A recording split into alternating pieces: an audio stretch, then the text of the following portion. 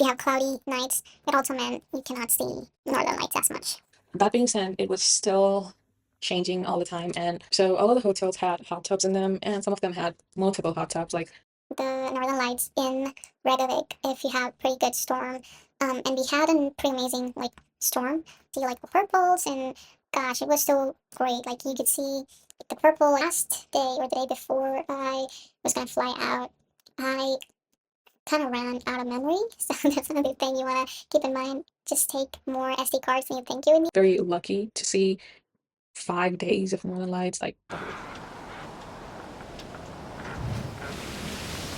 hey y'all, so welcome back to my Iceland series, and this is gonna be part 3, and we're gonna talk a lot more about Iceland. I know previously in my previous video we've talked about the Sky Lagoon, we've talked about Northern Lights and all of the places that I visited to see Northern Lights. And in this video, we're going to talk about the tectonic plates that's in Iceland and the amazing experience that I had while I was snorkeling in between the tectonic plates. Now, Iceland is covered with volcanoes. Everyone knows that. And Iceland is like so full of amazing surprises. If you are into geography, you might already know this, but It's a self-drive tour because it's not self-guided tour. Self-drive, like you go to the place, they give you the dry suit, they give you everything, and then you do the snorkeling, and then you head out. You can obviously take your GoPro. The water's like so clear. I definitely highly recommend taking your GoPro. For me, it was out of this world. Like I've never experienced something like this before. I don't think it's something that we see every day. Like just straight down into the clearest water, and you see like 100 meters deep into the water. So that was definitely a great experience for me. And it was also like the whole team that we were with, the guide. And this is not in any means like an exaggerated photo. This is what you get to literally see if you go to Silfra, and it was just amazing. Like until we touched the water, like it seemed like a normal day, but the minute like you go and like put your head in the water, you're out of this world. Like about there's like a different world down beneath your feet, like it changes something in your mind. it's like 3 hour long. Now, if you are looking to be humbled by just the world that's in and of itself, everything that the world has to offer, and about like if you're concerned about like how you look, what you're doing, what you're capable of, everything, you have to try something crazy like this because definitely this was something on like if there are things that are like crazy that I've tried up until that point where like over here, this was like way or like somewhere up in like the International Space Station or even like the moon because I'd never ever done something like this crazy. And it just like when it changed my mind. You get like 30 minutes of snorkeling in the Silfra, and we're trying to stay afloat and trying to survive if like cold. Before we got in, it was like -2 degrees Celsius, and that was pretty cool. Okay, so now you might already, if you're into geography and the history of how Earth was formed and all that, you might already know this, but there are at least, there are 7 continents, and so there's at least 7 tectonic plates, but technically there's like 16 tectonic plates on Earth. And here's a map that you could like see. So here's a map that you could see. We have the North American tectonic plate, and you have the very famous like fault line. And this is why it's so important to know this a little bit of geography, because there's a Pacific fault line, and then you have the Antarctic plate, the Eurasian plate, there's an Australian plate, an Indian plate, and so there's a few different plates. There's also like a Philippine plate, but I'm pretty sure most of you know at least there's like 7 tectonic plates, and they're constantly like moving around, and that's one of the major reasons that we have earthquakes, not just on land but also like in sea, because you can see the tectonic plates go all the way around. So you have constant movements between these two plates, and they're already like in friction, and they're like hitting against each other. Like the Indian plate, for example, it's said to keep moving up against the Eurasian plate, and that's why like Mount Everest was formed. So there's so much to unpack there just with the tectonic plates. But if you can like closely look up here, Iceland is actually made of the North American tectonic plate and the Eurasian tectonic plate. The interesting thing about Iceland is that unlike the Indian tectonic plate that's going up against the Eurasian plate, these two, the North American tectonic plate and the Eurasian tectonic plate, they are growing apart from each other. So every year it is set to grow farther and farther away from each other. So basically, Atlantic Ocean is growing or becoming wider. And they have some calculations for this. I believe it's like an inch per year, something like that. So Iceland being right on like the fault line, it's also prone to quite a bit of like movements and shifts, and that's another reason why there's so much like volcanic eruptions. There's a lot of geography and like so much going on. It's a very active island in terms of the geographical incidents that's happening there. So things are constantly moving in Iceland. So the tectonic plates are moving apart from one another, the North American and the Eurasian plate. It's forming a fissure. There are a few different places in Iceland where you could go and walk over the two tectonic plates at the same time, the North American and the Eurasian tectonic plates. Even though it's growing apart, it's not a drastic change at this point. They are monitoring it. So they have built bridges in some places. There's also like a grocery store, I believe, that has the two tectonic plates, and you have like a fissure that you can see right in the grocery store. Might be the bonus grocery store in Iceland. And there's also the Silfra fissure, which is forming in the Thingvellir National Park. So this is the Silfra fissure. There's also like a bridge between those two continents in one place. So yeah, Silfra fissure is like one of the famous adventures that you wanted to look into. If you're interested in like diving or snorkeling, you could look into Silfra Fissure. So this is what I went and did, the Silfra Fissure snorkeling between two tectonic plates. There are multiple options for you. So if you look here, you got change the currency. So this is the one that I went and did. So it's Silfra. There are a few different options. They also have a pickup from Reykjavik, the capital, and you can also like meet on the location that they do. They have dry suit, and then they have like guided snorkeling with also like photos and stuff. So this is the only place where you could swim between two tectonic plates, and you cannot get anything better than that. There's almost no sea life because this is a newly forming location, and it's filtered through like lava rocks, all the water. It's like crystal clear. You can see up to like 100-meter deep. This is one of the most recommended things to do if you are ever in Iceland. Like I don't think there's any other place in the whole world where you can swim in between two tectonic plates. That might change in the future, but at this point, I don't think there's any place that you could do this kind of activity. So it's definitely one of the most um, recommended and highly anticipated tours, or for me at least, it was like a very highly anticipated part of my tour to Iceland was to swim between the two tectonic plates, and you could like snorkel, you could go deep diving, and it all differs almost almost like across the entire year. The water is so cold, like it's at like 2 degrees Celsius, so it is pretty cold. And the day that I was traveling, like I went from Kams to Thingvellir National Park because it was already there at that point. And if you've seen my previous video, you could see like it was pretty bad. Like the weather got bad, it was snowing, and I had a 2.5 hour drive in front of me.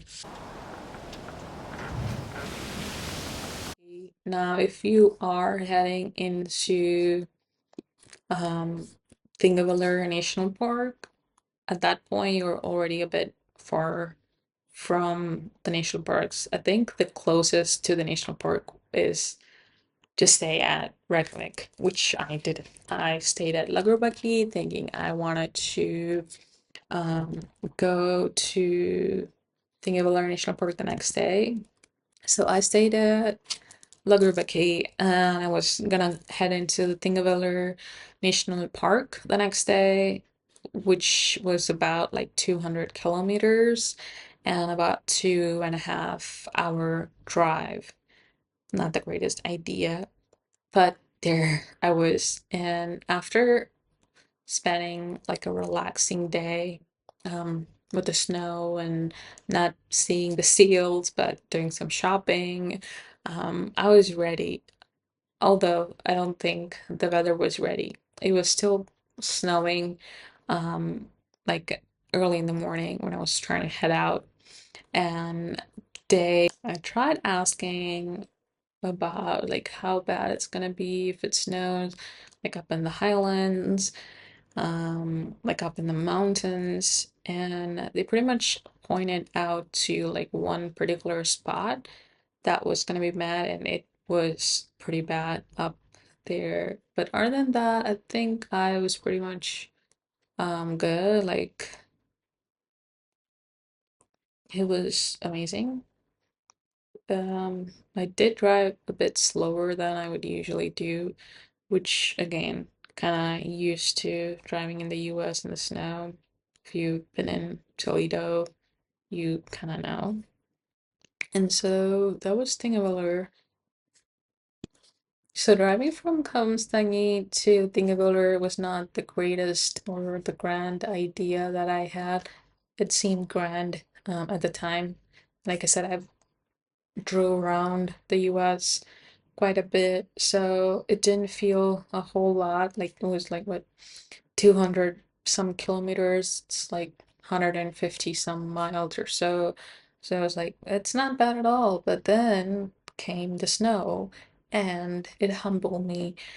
I had to drive a little bit slower than I would normally do, and it was still like snowing in quite a bit of places, and there are gravel roads. It's everything. Like it felt like an ultimate driving test to be driving from Thingvellir, um, to be driving from like the Lagerbäcki Hotel down to Thingvellir National Park, because there's like hills up there, it's just drifting snow, and you have gravel roads, you have one way, you can have like single roads, like those are the roads where you kind of have to look the other side and assess that there are people on the other side, and it's like yield, but it's one lane.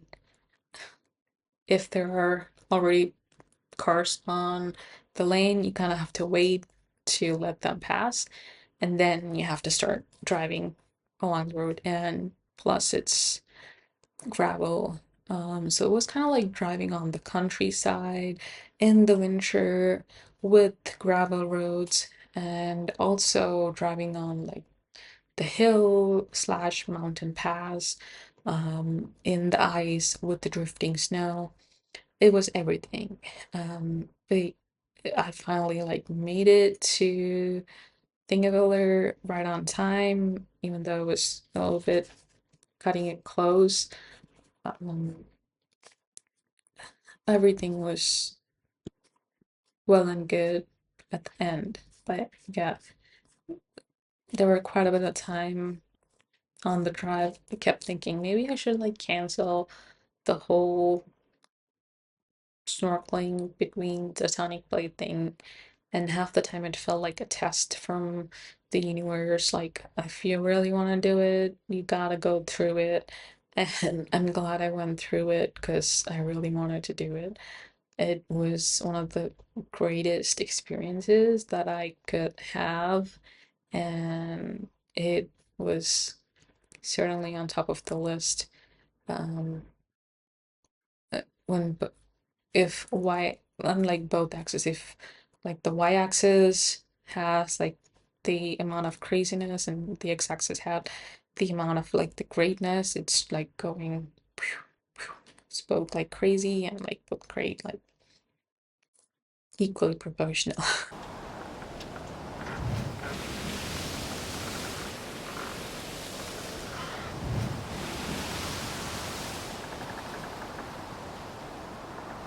I booked the Silfra, and you have to be at the place like at least 15 minutes before they start, and you have like about like 30 to 40 minute of like getting the suit on, and there's a van there. So the parking that they mention, you don't actually go park in that spot. There's all the tour vans, so you go there, and there's the maximum of only like 6 people in your group, and including your guide, that's like a total of 7. Since this is such a narrow place, you could barely like see, like there's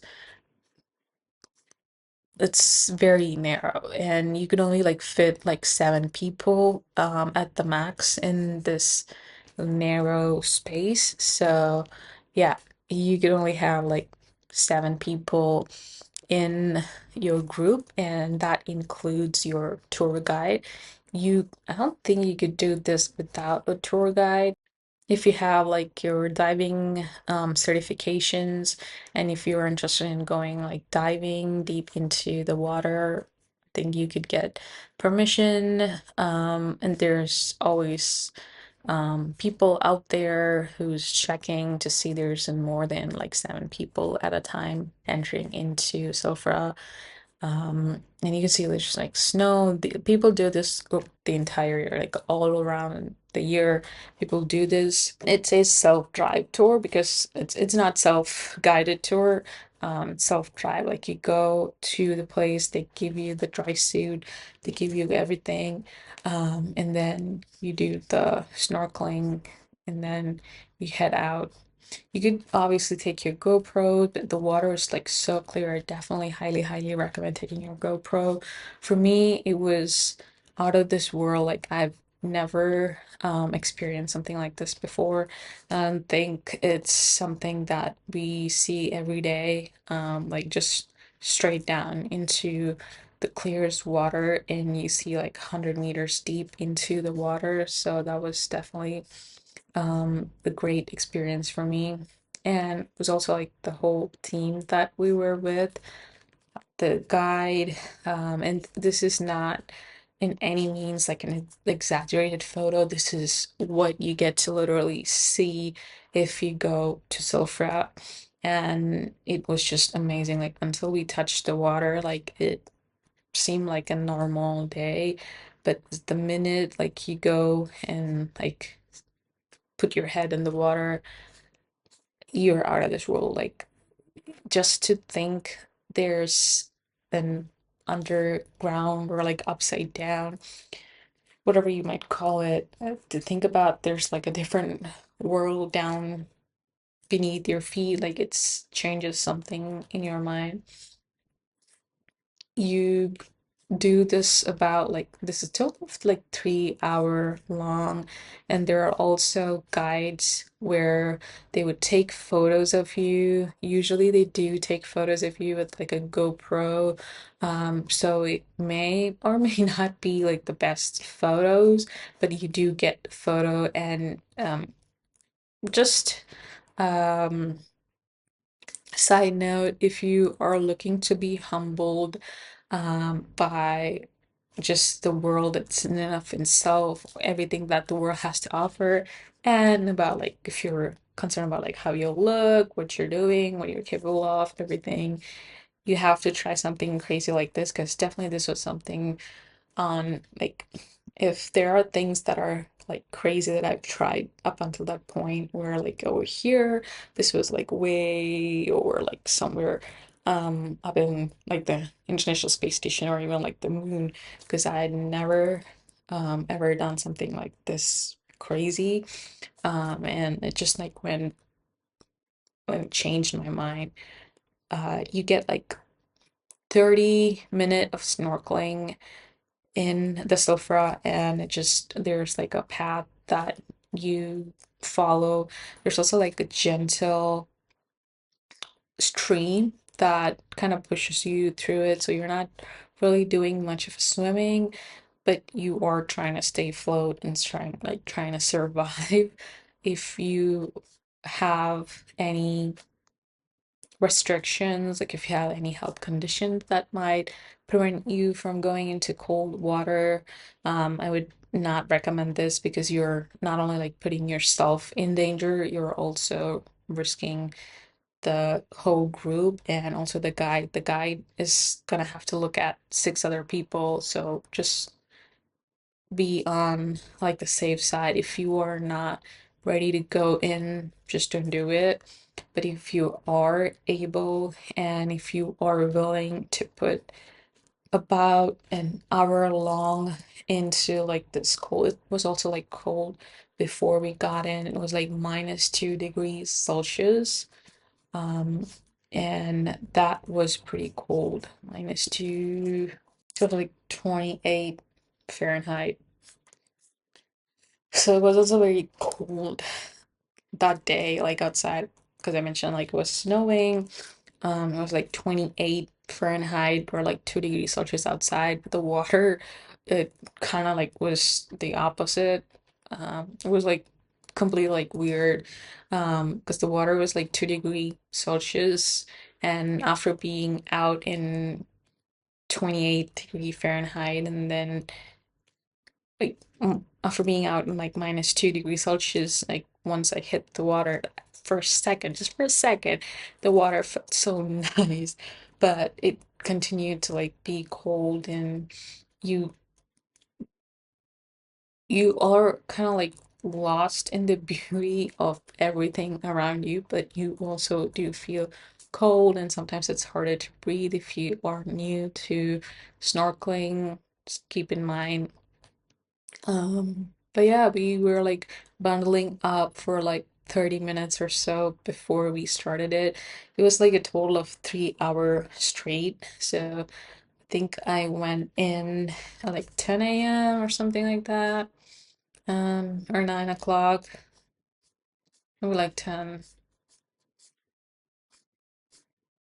And so I reached there like at 9:45, and we were like getting dressed up. Like, so the briefing and the gearing up takes about an hour. So it was quite long. You get on your base layer, and then you get your dry suit, and you get all like bundled up. Your guide is gonna walk you through everything. They're gonna like help you through and through with the gearing up, and then you walk just like a few feet away from that. It's gonna feel weird if, like with walking with a dry suit, but yeah, you're gonna walk like a few feet right out front. And then we're gonna start the snorkeling. Again, it's an amazing experience. If you have your GoPro, everything, like just take it. Um, and then at the end, you walk back. So it's like gonna be, since there's like a gentle stream, you're just gonna go along like one direction, and then you kind of walk back to the land. So it, in a way, felt like forever. Also, in a way, it felt like nothing. Meaning like I really want to do it another time. And you can do it another time, but you just gonna have to pay again. And just take your time. Like it was so relaxing and amazing. It was so crazy, but it was also like very like out of the world relaxing in a weird way. This was definitely like on top of my favorite thing that I've ever done, even though it was like the craziest thing I've ever done. It soon became one of my favorite thing, and I really, really, really hope to go and look at it and be able to do it another day. And for something that is um so strenuous. It was pretty strenuous, like just gearing up. So if you're not used to doing any of that, it's gonna be very weird at first. So for something being so strenuous, it was definitely like the greatest thing. It was so sweet to be able to witness something amazing and just makes you appreciate everything so much more. And like you can see here, we're all like done and we're all like tired, and some of us are like second guessing our life's choices and second guessing why we did this and all that. But there is something really great about the water there. And the minute it touches to your face, you are like somewhere else. TripAdvisor made this as like the top number four experiences in the world. Like, so if you have like a bucket list, maybe think about adding this to your bucket list. And yeah, so some of the other information is that the dry suit is like worn over your clothing, so definitely have like a thermal layer underneath and like the thick wool sock. I definitely had like 2 layers of like thick socks and certainly helped me with that. And yeah, have like a good thermal layer. The dry suit is really good. It keeps your whole body warm. The only thing that makes you feel cold is like your face and your hands. So my hands already like just gets cold and chilly so easily. So it was just my face and my digits that got cold. And there's height restrictions, um, height and weight restrictions, and that is understandable given that you are running into um a chance of hypothermia. So if you're shorter, you're gonna run into hypothermia so much more quicker. And if you are on the heavy side, basically, I think they don't have like the dry suit that might fit you. I think that's the main reason for the heavy side, and maybe because the guides cannot help you. But if you are uh, trained dry, like if you're trained scuba diver, I don't think any of this would like fit you if you have certified scuba diving thing. And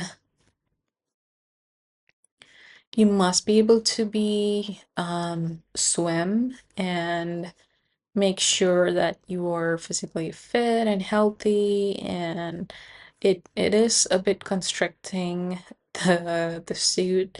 Like there's barely like space to move, like you cannot even like move like any angle. So it is a bit constricting, and definitely like if people who are like older than 60, they require that you get like doctor's sign and use your own um discernment before you travel. Um, as with any adventures comes risks, so use your own discernment. As you can see, there are also like divers that go deep in to Silfra, and once you go and start doing it, and also another thing, you do get like photos like this. Some of the guides they do it on their own, and some of the tours, like I think you have to pay extra to do to be able to get photos. And yeah, some of the shots are good, but you just like keep moving. So sometimes the shots are not really good. Like sometimes you can see you cannot really like figure out who's who. So there's that, like you're pretty much like covered um every inch. And then the other thing is you're not supposed to touch the surface of anything around you. They're all protected. So you cannot touch the rocks or like the um vegetation that's growing on top of it. So keep that in mind. So this is the route that we do. So there's like the starting point, and you start from there and start snorkeling. You go all the way over to the left, and then there's like a pool where you can snorkel for a little while um, before you head out. But yeah, this leads out to one of the largest lakes in Iceland, so make sure you're not going to the right, just keep left and you'll be good. If not, you're gonna head into one of the largest lakes in Iceland. And don't go that deep if you're not sure what you're doing. Stay on top, and it's pretty easy to stay on the surface with the dry suit. So yeah, you good. This is like on any clear day, like the sun's rays are gonna hit the rocks at the bottom. It's just completely mind boggling. Like I don't even have a word. It's like completely out of this world. Like yeah, definitely like if you have a chance to do this, definitely do it. It's highly recommended. Like so yeah, there we were gearing up and I have to say like I started already feeling cold in my face and my fingers and then the dry suit itself felt quite heavy if I have to add, and it just felt like so weird and awkward because it's not designed to fit you perfectly. It's not like tailored for you. They have different sizes, so just pick out a size and they hand it over to you. So mine was a little bit bigger, so I had trouble walking in it because it was a little bit bigger. But yeah, it helps with the buoyancy though. Since it was like bigger, I didn't ever feel like I was gonna drown. I was perfectly fine with that part. I did have trouble with the breathing, with the snorkeling, and they instruct you about like the safety positions, and safety position is like laying on your back.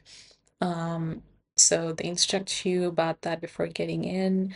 So after a while, that's what I did. Like I was laying on my back and kind of like swimming, which was my favorite swimming position too.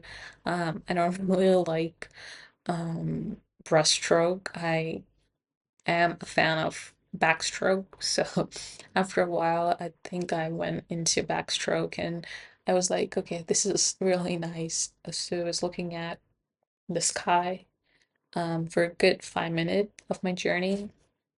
And it ended like really quickly.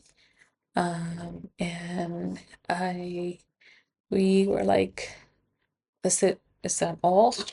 At the end, we felt like forever. Like I said, like it felt like forever to begin with, but then it like quickly ended. And we were like, yeah, we need to do this again. So I took my camera as we like went back to the van, um, took off all of that dry suit, everything, like the fins and all, every little thing.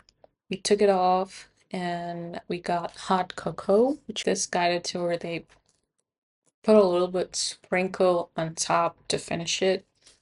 You're gonna be cold regardless, so when they give you the hot cocoa, it's gonna be amazing. They get it. Okay, if you're expecting something from like the French cafe, don't. It's gonna be the hot cocoa from the packet, but at the end of the Silfra swim and snorkeling, you're gonna be so cold and you're gonna be questioning your life choices, and the hot cocoa is gonna make it feel like, okay, you are still alive. It makes you appreciate everything that you have left ahead of you, and that's what happened. And yeah, A part of a group was from Midwest, but almost everyone, I think, from our group came from the US. Um, Half of the group was probably from the Midwest, and the other half was like from the South. So there was a bit of a difference in how we all handled the cold. Um, Definitely, I felt like my whole mouth was numb because it was cold. It was okay though, but yeah, it was cold. But the rest of my body was like warm. My head felt cold a little bit, but it wasn't too bad at all. Like, because once there was a bit of difference, like from going from -2 degrees Celsius out in the atmosphere to 2 degrees Celsius in the water, it actually felt warm for me. So I felt so much more nicer. But yeah, my mouth felt like so cold because you're breathing through the snorkel. So guys, the water is Silfra comes from this spring. The water in this spring comes from the second largest glacier in Iceland. Its name is Langjökull, and it's been filtered through the lava rock fields for almost 100 years. The water, that's why we have this perfect clarity and visibility of the water here in Silfra. And in front of us, over there, we can see now clearly these black lines over there is the edge of the Eurasian tectonic plate. And in front of us, this beautiful wall here is the edge of the North American tectonic plate.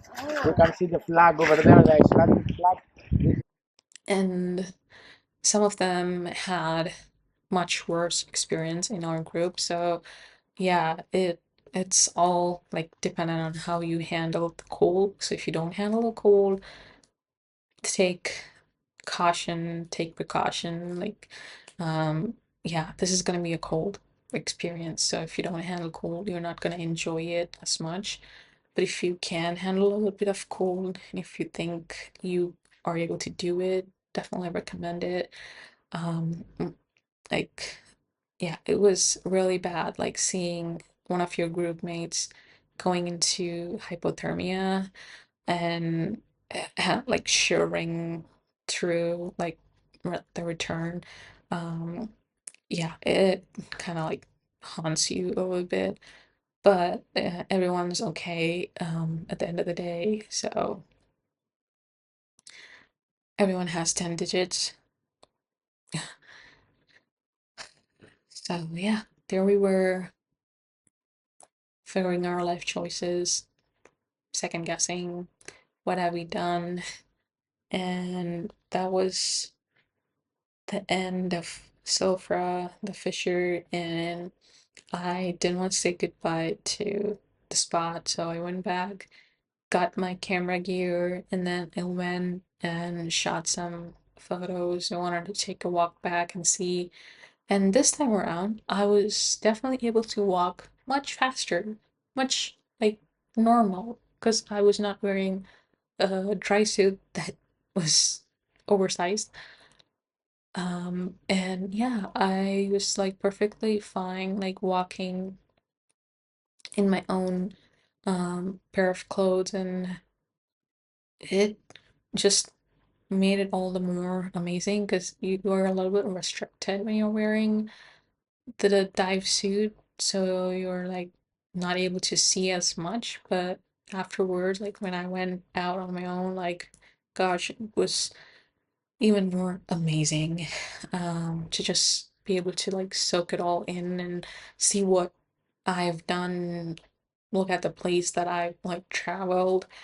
Um, and even like from being on the surface, like you could see meters of like rock down through the water, and it's so clear. It's so clear, like you can take photos even from on the surface. So if you're not a fan of like cold water, you don't want to go swimming, you don't like swimming, you're not like experienced in like snorkeling or swimming, none of that, you can still enjoy and appreciate the location, and you can still see how clear the water is, and you can see the rocks, like you can look through the fissure for meters and meters even if you're standing on the surface.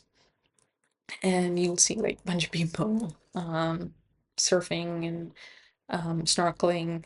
So it definitely like makes it all so much more nicer. And you see people diving, and they go in like dive suits, and they do it all around the year.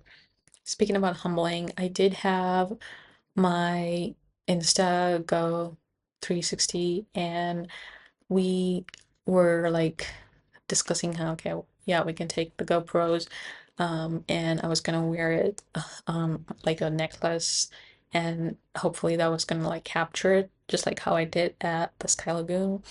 And right when I hit the water, I don't know what was it. I feel like it was some sign from the higher purpose, like from the higher universe. Because up until the point, like when we were like walking and we had like the debrief, the camera was fine. I did not charge it beforehand, which may have been my fault, yes. But tell me why, like exactly the moment that we hit the water, the GoPro turns off. I'm like, come on, it has to be some sign because, well, at the point I even like forgot about my Insta 360. I was not even like thinking about it at all. It was just gonna like have it with me, and it was gonna be just a reminder for me to like look back like 86 years from now, like the Titanic. I'll be like, oh, it's been 85 years. I've been to Silfra, whatever. Um, and I thought, okay, I'll look at it and feel like, okay, maybe, yeah, that was a real place. And, but yeah, tell me why, like, the moment I hit the water, this Insta360 like turns off. And I'm sure like it works fine in water, like I've used it before in water.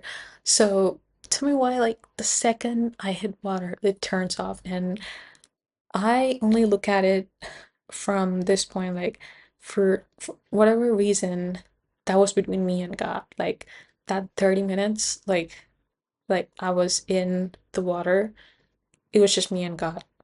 There's no other thing that's like bothering me. I didn't have my phone. I didn't like this probably went off, battery died, whatever. So there was nothing between me and like the whole universe. It's just me and the earth, me and this universe, me and God. Like it was just that was the real thing. And that's how I feel like, because there's no other way to put it. Like it was everything that I saw with my real eyes um, was just spectacularly amazing. Still remember it, I still see it in my eyes, so I couldn't be more thankful. And also for contact lenses, like I have contact lenses on, cannot see without my prescription glasses. So tell me also why I'm in a time in human history to be able to like wear contact lenses and see something like that underwater for like 100 meters or so, and everything that humanity has achieved so far, it's ridiculously amazing. Like I don't know, to just think about it, if I spoke about all of this to that glacier that's been melting for like 100 years. If I told that glacier, I don't think that glacier would understand. If I told just someone from the time that the glacier was formed, there's like no way. Like 5 generations ago, I don't think they're gonna understand literally anything that I just spoke in this video. And that's just crazy to think about. And yeah. And you could just like go on and on about everything, about life, and just be amazed. And also like seeing the northern lights in Iceland, like everything happened in that place. Like I don't know, it's a magical place. And If there's another magical place in this world, like I have to find it because I've like once you've seen it, you gotta start believing some things, and you're gonna keep looking for it. Just like the total solar eclipse, like I think it all started there. I saw the total solar eclipse just with my own eyes. Of course, where the protection before it hits totality, but once it hits the totality, you're great. So yeah, and then I saw it, and then I was like, this is surreal. Like, how could this be true? And ever since that moment, I don't think anything in my life has been believable.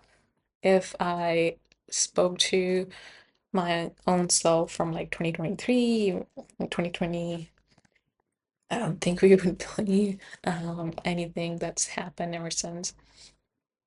I think most people have a younger version of themselves that would not believe what's happened in their future. I honestly believe that would be me. And I can see that would be me because before 2019, yeah, I don't even think I had Iceland in my bucket list at that point. It was definitely something I probably had having to go to Mariana Trench or maybe even see the Titanic on my bucket list before I had the Iceland trip on my bucket list. I still have so much to do, but just thinking about the things I've already done. And yeah, thinking about the things that's waiting. It's a pretty amazing life. All right, there you have it, the Silfra snorkeling experience. There's also bridge between the two tectonic plates, which I actually did it on the first day of my Icelandic trip. So right before I headed into Gardor, at the Lighthouse Inn, I was driving to see one of the churches on the west coast, and I went to this place called Bridge Between the Continents, and you can see there's like still like volcano ash like flowing through the fissure that they have. Like those are two different tectonic plates, and you can see the volcanic ash like flowing through into this ocean. And it was a little like reminder that there's so much going on around, and we don't realize it until we are in the location and we actually see it with our own eyes. Like we all like learn young enough that there's tectonic plates and they're moving and causes like earthquakes, blah blah blah, all that. But until you are in the actual place and witness it, it doesn't feel real. And once you see it, you all like clicks, and you're like, this is like a very real place, and you are like and in like the bigger picture. So yeah, it kind of felt very surreal to just be standing on top of the bridge. And it kind of like looks just like two hills, and maybe there was like a river that run down in between, but no, it was like volcano, and it's the volcanic ash that's running in between those two ridges, and it just makes your mind question everything. And then you go to the Silfra snorkeling between the two tectonic plates, and it's just like water in between two tectonic plates. It's just filling the area with more and more water from this glacier, and it's the water that's coming through. It's almost like 100-year-old water. It wasn't even here when you were there. It's like what, 5 generations old. That's another thing that just blows your mind and makes you question everything up until that point. about the world, but also gives you answers to everything about the world that he had known, and how precious this little like world is, and how amazing, spectacular, and how like ridiculously gentle this world is, but holds so much power within it, and that like in a minute, if there's like a jolt, everything can go.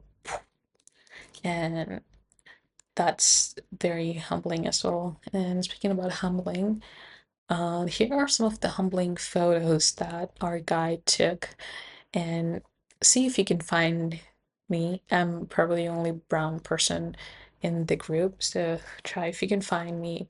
And it's kind of like reminds you that you have to be in the moment and experience it, and not get too caught up about like how you're looking, and sort of just focus on what you're doing, and you're gonna have like an amazing experience.